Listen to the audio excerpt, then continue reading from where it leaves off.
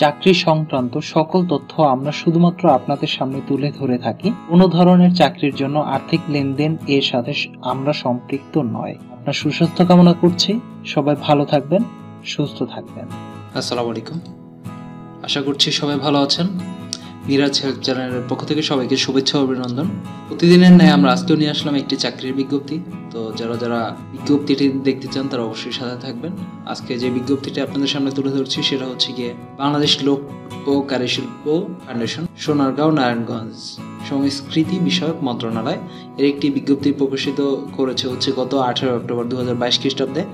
তো আমি এই বিজ্ঞপ্তিটি দেখাচ্ছি আপনাদেরকে। এখানে প্রথমে আছে উপসহকারী প্রকৌশলী, গ্রেড হচ্ছে 10, বেতন স্কেল হচ্ছে 16,000 থেকে 38,640 টাকা, পদসংখ্যা হচ্ছে একটি, শিক্ষাগত যোগ্যতা হচ্ছে কোনো স্বীকৃত পলিটেকনিক ইনস্টিটিউট হতে সিভিল ইঞ্জিনিয়ারিং এ ডিপ্লোমা পাস হতে হবে এবং সেই সঙ্গে চাকরির 3 বছরের অভিজ্ঞতা থাকতে হবে। এখানে আপনি সকল জেলার প্রার্থীগণই আবেদন করতে পারবেন।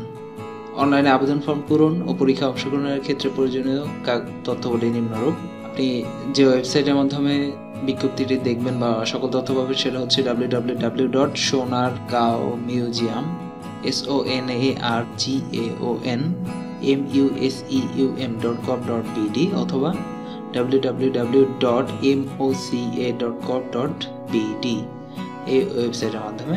আবেদনের শেষ তারিখ হচ্ছে আগামী 20 নভেম্বর 2022 তারিখ বিকেল 5 ঘটিকা পর্যন্ত। এর মধ্যে আপনাকে আবেদন করতে হবে।